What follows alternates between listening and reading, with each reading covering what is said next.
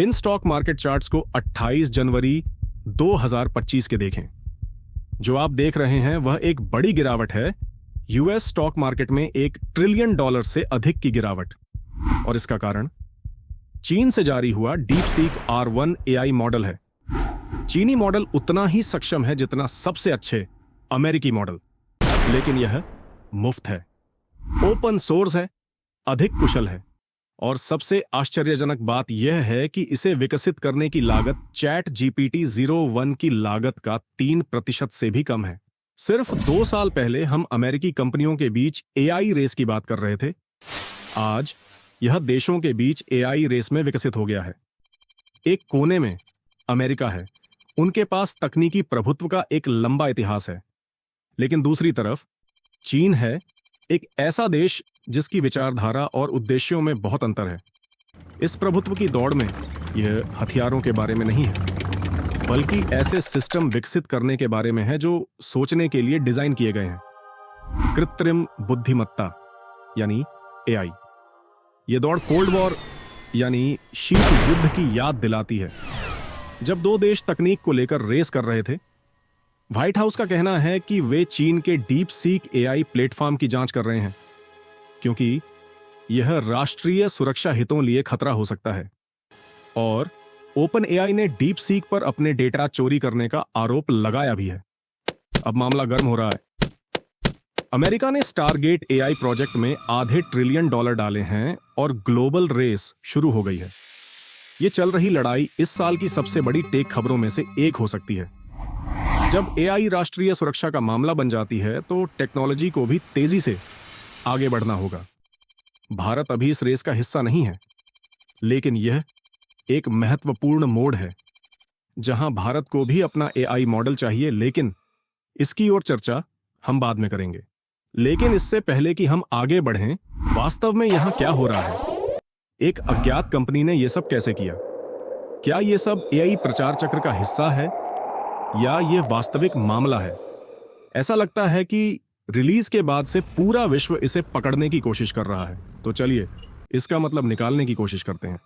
ऐतिहासिक रूप से जब टेक्नोलॉजी से नेशनल सिक्योरिटी को खतरा होता है तो हमें कंप्यूटर और जेट विमान जैसी आविष्कार मिलते हैं, जैसे कि सेकेंड वर्ल्ड वॉर में हुआ। लेकिन इस बार ज्यादातर क्षेत्रों में अमेरिका को AI के क्षेत्र में पूरी तरह से मोनोपोली थी। लेकिन यह सब 20 जनवरी 2025 को डीपसीक R1 के रिलीज के साथ बदल गया है। यह मुफ्त है और इसका प्रदर्शन ओपन AI के मॉडल के बराबर है। यह प्रदर्शन लैंग्वेज रीजनिंग, मैथमेटिक्स और कोडिंग जैसी कार्यों के संदर्भ में है।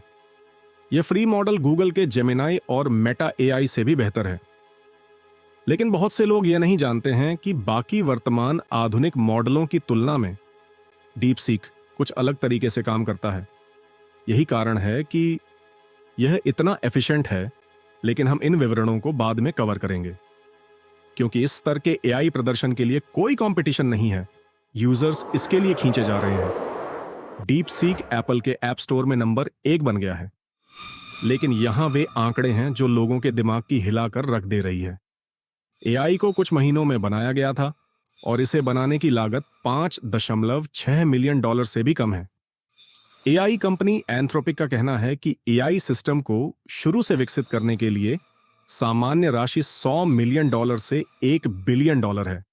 बना रहा है AI पर $65 अरब खर्च करने की। इसीलिए कुछ ऐसा बनाना जो इस तरह से प्रदर्शन करता है, यह आश्चर्यजनक है। लेकिन सब कुछ वैसा नहीं हो सकता जैसा दिखाई देता है, और अधिक जानकारी के लिए बाद में जारी रखेंगे। इसके बारे में लोगों को 2 बहुत महत्वपूर्ण बातें जानने की जरूरत है। पहली बात यह है कि यह महत्वपूर्ण नहीं है कि यह एक चीनी सरकार का प्रोजेक्ट है या नहीं। LLM खुद को सेल्फ रीइंफोर्समेंट के जरिए जिस तरीके से इसे टेक्निकल इनोवेशन से ट्रेन करना वाकई अद्भुत है। कम पैरामीटर्स का इस्तेमाल करके, सिर्फ 671 अरब पैरामीटर्स यूज करके सटीक नतीजे निकालना किफायती और प्रभावशाली है। साथ ही कम बिजली की खपत और कम चिप्स के साथ ज्यादा मॉडल ट्रेनिंग और विश्लेषण यानी इन्फ्रेंसिंग कर पाना भी एक बड़ी उपलब्धि है। लेकिन इसका मतलब यह नहीं है कि चिप की मांग खतरे में है। मुझे लगता है कि इसका मतलब यह है कि अब आप पूरे अर्थव्यवस्था में एआई के तेजी से प्रसार को देखने की अधिक संभावना रखते हैं, क्योंकि deep seek R1 open source होने का मतलब यह है कि इसका कोड उन सभी के लिए स्वतंत्र रूप से उपलब्ध है जो इसे उपयोग करना चाहते हैं और इसे किसी भी उद्देश्य के लिए उपयोग करना चाहते हैं। उपयोगकर्ता इसे अपने अनुसार संशोधित कर सकते हैं, वह भी मुफ्त में। यह ओपन एआई का पूरी तरह विपरीत दृष्टिकोण है, जो काफी विडंबनात्मक है। यह सब अमेरिकी एआई कंपनियों के लिए डरावनी खबर है, क्योंकि इसका मतलब यह है कि अचानक उनकी लागतें संतुलन से बाहर हो गई हैं। डीप सीक अपने 671 अरब पैरामीटर्स के साथ एक अच्छे कॉन्फ़िगरेशन के पीसी पर चल सकता है। यह सब कैसे होता है, इसका डेमो और विस्तृत तकनीकी वीडियो हम जल्द ही बनाएंगे। फिलहाल इस वीडियो का उद्देश्य है कि सामान्य भाषा में एआई जानकारी को समझाना। अब वापस आते हैं डीप सीक पे। निवेशकों और कंपनियों ने अमेरिकी एआई सर्वरों में अरबों डॉलर का निवेश किया है। इस रिलीज के झटके के बाद अब ऐसा लगता है कि अमेरिकी कंपनियों ने बहुत अधिक पैसा खर्च किया है, बहुत अधिक इलेक्ट्रिसिटी का उपयोग किया है और वे जिन सेवाओं के लिए शुल्क ले रहे थे अब नहीं ले पाएंगे। शायद भविष्य में ये केवल मॉडल नहीं होंगे जो सबसे अधिक पैसा कमाएंगे, बल्कि वे एप्लीकेशंस होंगे जो उनके ऊपर चलते हैं। क्या यह सब अमेरिकी निवेशकों की एक बड़ी गलती रही है? कोई निश्चित रूप से नहीं जानता और इसलिए शेयर बाजार बेच रहे हैं। हालांकि अमेरिकी कंपनियों के लिए एक उज्जवल पक्ष यह है कि एआई सिस्टम के उपयोगकर्ता अपने डेटा को सीधे चीन को देने में सहज महसूस नहीं कर सकते, विशेष रूप से कॉर्पोरेट सेटिंग्स में। कंपटीशन के लिए ओपन एआई के सीईओ सैम ऑल्टमैन ने घोषणा की है कि उनका GPT-30 मिनी मॉडल अब मुफ्त में दिया जाएगा। मार्क जकरबर्ग और मेटा के लिए वे आंतरिक रूप से घबरा रहे हैं, लेकिन केवल अमेरिकी ही नहीं है जो चिंतित हैं। चीन में भी असर समान है। अन्य चीनी तकनीकी दिग्गज जैसे कि बाइटडांस, टिकटॉक के निर्माता अलीबाबा और टेंसेंट ने प्रतिस्पर्धा के लिए अपने एआई मॉडलों की कीमतें कम करनी पड़ी हैं। डीप सीक द्वारा लगाई गई कम कीमत के बावजूद यह लाभदायक बना हुआ है, जबकि इसके प्रतिद्वंदी पैसा खो रहे हैं। अभी हाल ही में अलीबाबा ने 29 जनवरी 2025 को अपने नए एआई मॉडल क्वेन 2.5 मैक्स को लॉन्च किया है। अलीबाबा का यह मॉडल डीप सीक V3 जैसे और चैट GPT-4 जैसे को कंपटीशन दे रहा है। ये देखिए कॉस्ट कंपैरिजंस स्क्रीन पे। ये देखिए बेंचमार्क कंपैरिजंस डीप सीक और अन्य मॉडलों के साथ, और ये देखिए quality versus cost comparison DeepSeek और अन्य मॉडलों के साथ। ये देखिए बेंचमार्क कंपैरिजन क्वेन 2.5 मैक्स और अन्य मॉडलों के साथ, और ये देखिए quality vs cost comparison Qwen 2.5 max और अन्य मॉडलों के साथ। अब आप इन कॉस्ट्स को देख और बेंचमार्क्स को देख के समझ ही गए होंगे कि कितना ज्यादा सस्ता है। और अगर आप ये लोकली अपने मशीन पे चलाते हैं तो जो पीसी और इलेक्ट्रिसिटी का खर्चा है, बस वही। चाइना की स्ट्रैटेजी कॉस्ट बेस्ड रही है और अभी भी एआई के फील्ड में वही कर रहा है, ताकि बाकी लोग जो ज्यादा पैसा खर्च रहे हैं मार्केट से बाहर हो जाएं। थोड़ा डीप सीक से जुड़े विवादों के बारे में भी जान लीजिए।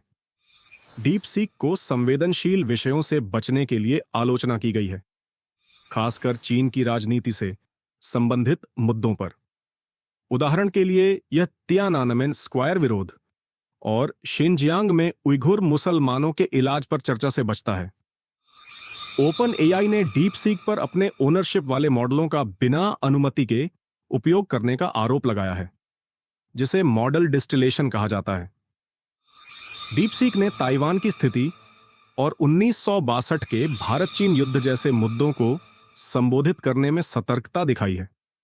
अक्सर ऐसे प्रश्नों को टालते या बचते हैं। इटली की डेटा सिक्योरिटी अथॉरिटी, जिसे गारंटे के नाम से जाना जाता है, ने डीप सीक के व्यक्तिगत डेटा के मैनेजमेंट पर चिंता जताई है। उन्होंने विस्तृत जानकारी मांगी है कि कौन कौन सा व्यक्तिगत डेटा एकत्र किया जाता है, इसके सोर्स, उपयोग और ईयू के सामान्य जीडीपीआर लॉ के तहत प्रोसेसिंग के लिए कानूनी आधार क्या है। अथॉरिटी विशेष रूप से चिंतित है कि डेटा चीन में सर्वरों पर कलेक्ट किया जा रहा है। दिलचस्प बात यह है कि ओपन एआई ने फाइनेंशियल टाइम्स को बताया कि उनके पास इस बात के सबूत हैं कि डीप सीक अपने मॉडल को ट्रेन करने के लिए चैट जीपीटी के आउटपुट का उपयोग कर रहा था। वास्तव में पिछले साल उन्होंने उन ओपन एआई एपीआई खातों को ब्लॉक कर दिया जिनके बारे में उन्हें लगता था कि वे डीप सीक के थे, चोरी का संदेह होने पर। अमेरिकी सरकार का आधिकारिक रुख है कि यह संभव है कि आईपी चोरी हुई हो।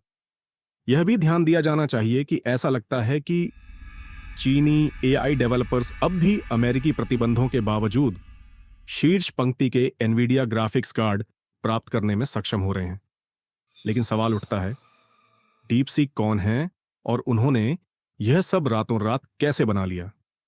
एक कंपनी के लिए जो यूएस स्टॉक मार्केट में सबसे बड़े लाल दिनों में से एक के लिए जिम्मेदार है, डीप सीक के संस्थापक और टीम के बारे में ज्यादा जानकारी नहीं है। लेकिन अब तक की कहानी दिलचस्प है।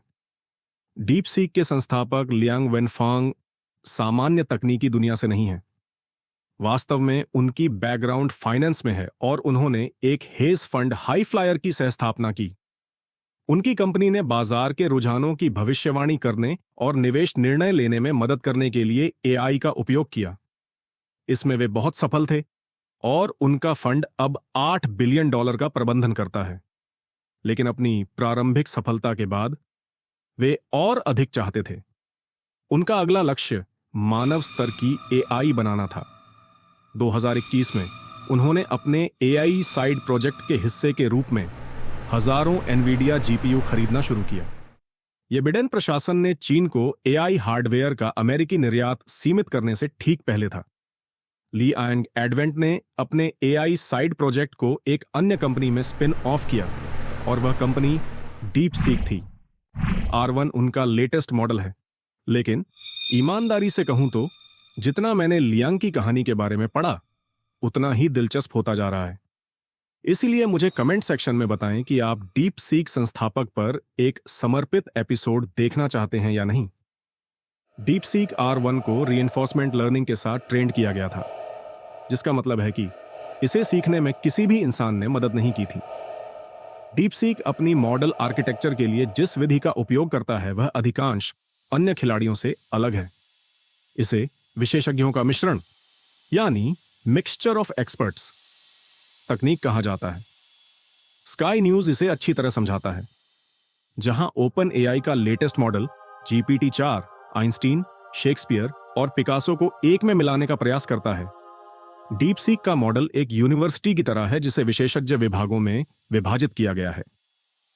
यह एआई को यह तय करने की अनुमति देता है कि इसे किस प्रकार की क्वेरी पूछी जा रही है और फिर इसे डिजिटल ब्रेन के एक विशेष भाग में भेजा जाता है। यह अन्य भागों को स्विच ऑफ रखता है। टाइम, एनर्जी और सबसे महत्वपूर्ण रूप से कंप्यूटिंग पावर की आवश्यकता को बचाता है। YouTube चैनल कंप्यूटर फाइल और अधिक विस्तार से समझाता है। तो हो सकता है आप इसे एक बहुत ही विशिष्ट गणित का सवाल पूछें। विशेषज्ञों का मिश्रण, मिक्सचर ऑफ एक्सपर्ट्स, क्या करेगा कि इस नेटवर्क का एक स्पेसिफिक हिस्सा, जो एक बहुत छोटा हिस्सा हो, उसको प्रशिक्षित करेगा ताकि वह समस्या आपके लिए हल कर सके। शुरुआती स्टेज के क्वेश्चंस को नेटवर्क के विभिन्न हिस्सों में रूट करेंगे और फिर केवल इसका एक छोटा हिस्सा एक्टिवेट करेंगे। एग्जाम्पल के लिए चलिए उसे कहते हैं 30 अरब पैरामीटर्स, जो एक बड़ी बचत है। आने वाले वीडियोस में जब एआई तकनीकी वीडियो बनाएंगे तब आप इन पैरामीटर्स की अहमियत को और भी अच्छी तरह समझ जाएंगे। फिलहाल यह समझिए, जितना पैरामीटर्स उतना कंप्यूटेशन मींस उतना इलेक्ट्रिसिटी खर्च। डीप सीक ने कुशलता यानी एफिशिएंसी को बढ़ाने के लिए एक प्रोसेस जिसे डिस्टिलेशन कहा जाता है, बड़े मॉडलों का उपयोग छोटे मॉडलों को टारगेटेड डोमेन में ट्रेंड करने के लिए किया जाता है। परिणाम समान प्रदर्शन होता है लेकिन काफी कम कंप्यूटिंग पावर के साथ। यह एआई डेवलपर्स और फाइनेंशियल मार्केट्स के लिए बड़ा प्रभावशाली है।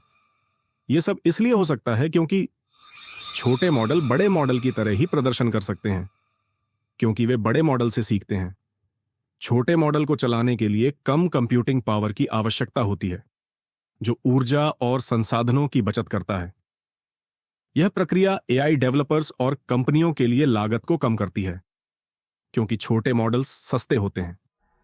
इसलिए डिस्टिलेशन प्रक्रिया एआई डेवलपमेंट में एक महत्वपूर्ण तकनीक है जो प्रभावी और किफायती मॉडल बनाने में मदद करती है। यह चेन ऑफ थॉट रीजनिंग को पूरी तरह से ओपन और विजिबल बनाने का एक दिलचस्प विकल्प है। ओपन एआई मूल रूप से इसके विपरीत करता है। ओपन एआई समस्या को आंतरिक रूप से हल करने की स्टेप बाय स्टेप प्रोसेस को लिखता है, लेकिन वे इसे कैसे करते हैं यह प्रकट नहीं करते, क्योंकि यह एक ट्रेड सीक्रेट है। हालांकि डीपसीक R1 ने अपनी चेन ऑफ थॉट को पूरी तरह से पब्लिक कर दिया है। उन्होंने सभी मॉडलों और सभी कोड को जारी कर दिया है। आप पूरे मोनोलॉग को देख सकते हैं, और उन्होंने इसे बड़े पैमाने पर सीमित डेटा के साथ प्रशिक्षित भी किया है। लेकिन मॉडल बनाने की लागत का आंकड़ा $5.6 मिलियन पूरा नहीं हो सकता है। डीपसीक द्वारा जारी एक पेपर में उन्होंने उल्लेख किया कि $5.6 मिलियन का आंकड़ा केवल डीपसीक V3 के आधिकारिक प्रशिक्षण को शामिल करता है, और इसमें पिछले शोध, आर्किटेक्चर्स, एल्गोरिदम्स या डेटा पर किए गए प्रयोगों की लागत शामिल नहीं है। यह उन हेडलाइंस पर सवाल उठाता है जो दावा करते हैं कि मॉडल $6 मिलियन से कम है, मेन बनाया गया था। फिर भी वास्तविक आंकड़ा जो भी हो, यह संभावना है कि यह अमेरिकी कंपनियों द्वारा खर्च किए गए से बहुत कम है। लेटेस्ट न्यूज में डीपसीक ने एक ओपन इमेज मॉडल भी जारी किया है, और इस दर पर जल्द ही एक वीडियो मॉडल भी जारी होगा। यह ओपन एआई के सोरा या गूगल के एंटिसिपेटेड V2 को भी टक्कर दे सकता है। सर्च के बारे में डीपसीक अब चैट जीपीटी से आगे निकल गया है और ऐप स्टोर पर सबसे अधिक डाउनलोड किए गए ऐप्स में से एक बन गया है। जनवरी के अंत तक सब कुछ पूरी तरह से बदल गया है। चीनी न्यूज ईयर के दौरान चीन ने सबको चौंका दिया है। सबसे पहले अलीबाबा ने क्वेन 2.5 मैक्स के साथ एक बहुत ही सक्षम एआई को जारी किया जो वन हॉट कोड एनिमेशंस कर सकता है। फिर लगभग उसी समय काइमी के 1.5 जारी किया गया, जो भी एक ग्रेट परफॉर्मर है, मल्टी मोडल है और रियल टाइम में वेब ब्राउज कर सकता है। डीपसीक के लिए साइन अप करने से पहले ध्यान दें, यह चैट हिस्ट्री, टेक्स्ट या ऑडियो इनपुट्स, अपलोडेड फाइल्स और की स्ट्रोक्स पैटर्न जैसी डेटा को कलेक्ट करता है। मूल रूप से जो कुछ भी आप मॉडल में इनपुट करते हैं। ओपन एआई भी इसी तरह की चीजें करता है, लेकिन डीपसीक के साथ आपका डेटा सीधे चीन के सर्वरों पर जाता है। तो सवाल यह है, क्या आप चाहते हैं कि आपका डेटा अमेरिका द्वारा जासूसी किया जाए या चीन द्वारा? अच्छी बात यह है कि डीपसीक बिना इंटरनेट कनेक्शन के किसी मशीन पर लोकली चल सकता है और पूरी प्राइवेसी प्रदान कर सकता है। यह रहा क्विक डेमो जिसमें हम इसे लोकली चलाएंगे, वो भी बिना इंटरनेट के। सबसे पहले हम जाएंगे bing.com या google.com, वहां सर्च कीजिए ओल्लामा। फिर आप ollama.com वेबसाइट लिंक पे क्लिक कीजिए। ये कुछ ऐसे दिखेगा। अब आप इसे डाउनलोड कर लीजिए, मैक ओएस, लिनक्स, विंडोज जो भी आप उपयोग करते हैं, और फिर उसे इंस्टॉल कर लीजिए। इसके बाद फिर से आप जाएं ollama.com और सर्च में टाइप कीजिए डीपसीक R1। फिर आप जितने बिलियन पैरामीटर वाले मॉडल चाहें वो ड्रॉप डाउन में सेलेक्ट कीजिए और उसका कमांड आपको साइड में दिख जाएगा। मैं 1.5 अरब वाला सेलेक्ट करता हूं क्योंकि ये तेज होगा और सिस्टम रिसोर्स भी कम खाएगा। तो कमांड कॉपी कीजिए। विंडोज में मैं टर्मिनल इस्तेमाल कर रहा हूं, उसे मैं पेस्ट करता हूं और फिर एंटर। ये डाउनलोड करने के बाद अब उसे इंस्टॉल करेगा। जब ये इंस्टॉल हो जाएगा, फिर मैं इस कमांड लाइन में चैट जीपीटी की तरह ही क्वेश्चन टाइप करने पर आंसर्स मिल जाएगा। याद रहे यहां लोकल रैम, सीपीयू और जीपीयू इस्तेमाल होंगे, सो ध्यान रखें ज्यादा पैरामीटर वाले ज्यादा रिसोर्स मांगेंगे। अब अगर आप कमांड लाइन नहीं चाहते हैं तो हम chatboxai.app वेबसाइट से चैटबॉक्स एआई डाउनलोड करेंगे और जब इंस्टॉल करने के बाद रन करेंगे तो सेटिंग्स में ओलामा एपीआई और डीपसीक R1 सेलेक्ट करने के बाद हम रेडी हैं इसे इस्तेमाल करने के लिए ऑनलाइन या ऑफलाइन। चैटबॉक्स एआई का अनुभव चैट जीपीटी के यूआई जैसा मिलेगा। तो सैम ऑल्टमैन का क्या सोचना है? उन्होंने केवल एक बार कंपनी का सीधे उल्लेख किया, कहते हुए डीपसीक का R1 एक प्रभावशाली मॉडल है, विशेष रूप से जो वे कीमत के लिए प्रदान कर सकते हैं। हम निश्चित रूप से इससे बेहतर मॉडल प्रदान करेंगे और एक नए कॉम्पेटिटर का होना भी वैध रूप से उत्साहजनक है। हम देखेंगे कि ओपन एआई के लिए आगे क्या है। ऐसा लगता है एक एआई ने चैट जीपीटी की नौकरी ले ली। Just kidding. पूर्ण गंभीरता से यह कहना चाहूंगा कि यह सिर्फ मेजर कंपटीशन की शुरुआत है। जो हम देख रहे हैं वह थुसिडिडीज ट्रैप का टेक्नोलॉजिकल वर्जन है। जब एक उभरती शक्ति एक मौजूदा शक्ति को चुनौती देती है तो संघर्ष उत्पन्न होता है। डीप सीक एक ऐसी मानसिकता के साथ आ रही है जो एआई इनोवेशन को आगे बढ़ा सकता है और चीन ग्लोबल एआई दौर में सबसे आगे हो सकता है। विश्व भर में प्रतियोगियों को लागत कम करनी होगी और एआई मॉडलों को कैसे बनाया जाता है इस पर पुनर्विचार करना होगा। इफिशिएंसी इस खेल का नाम है। हम ये नहीं जानते हैं कि यह कैसे खेला जाएगा, लेकिन हम ये जानते हैं कि तेजी से प्रगति आ रही है, जिसमें सबसे पहले माइक्रोसॉफ्ट ने डीप सीक को अपनाया है और 29 जनवरी 2025 को माइक्रोसॉफ्ट ने कोपायलट प्लस पीसीज में distilled deep seek R1 models के इंटीग्रेशन की घोषणा की है, जिसमें विंडोज कोपायलट रन टाइम का उपयोग किया जा रहा है। इस पहल का उद्देश्य न्यूरल प्रोसेसिंग यूनिट यानी NPUs का लाभ उठाकर उपकरण में एआई क्षमताओं को बढ़ाना है ताकि मॉडल इन्फ्रेंसिंग को इफिशिएंटली किया जा सके। पहला उपलब्ध model DeepSeek R1 distill Qwen 1.5B। यहाँ ध्यान दें 1.5B इज 1.5 बिलियन पैरामीटर्स है जो एआई टूल किट के माध्यम से अवेलेबल होगा, जिसमें 7B यानी 7 बिलियन पैरामीटर्स और 14B मॉडल जैसे बड़े वेरिएंट्स बाद में आने वाले हैं। इस विकास से डेवलपर्स को डिवाइस पर इफिशिएंटली काम करने वाले एआई पावर्ड एप्लीकेशन बनाने में सक्षम बनाता है जो सक्रिय और निरंतर यूजर एक्सपीरियंस प्रदान करेंगे। डीप सीक ने मोबाइल जगत में विजय प्राप्त कर ली है और अब यह विंडोज पर भी विस्तार कर रहा है। और चौंकाने वाली बात यह है कि इसे माइक्रोसॉफ्ट का पूरा समर्थन मिल रहा है। इकोनॉमिक्स टाइम्स के अनुसार यह कंपटीशन के कारण लिया गया है। देखिए, कंज्यूमर वर्ल्ड में प्राइस इज किंग वाली कहावत सच हो रही है। चीन लंबे समय से प्राइस वॉर का उपयोग कर रहा है और आगे भी जारी रखेगा, ऐसा प्रतीत होता है।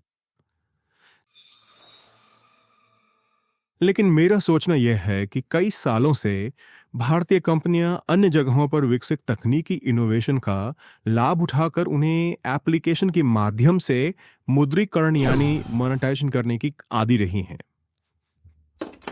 लेकिन ये टिकाऊ नहीं है।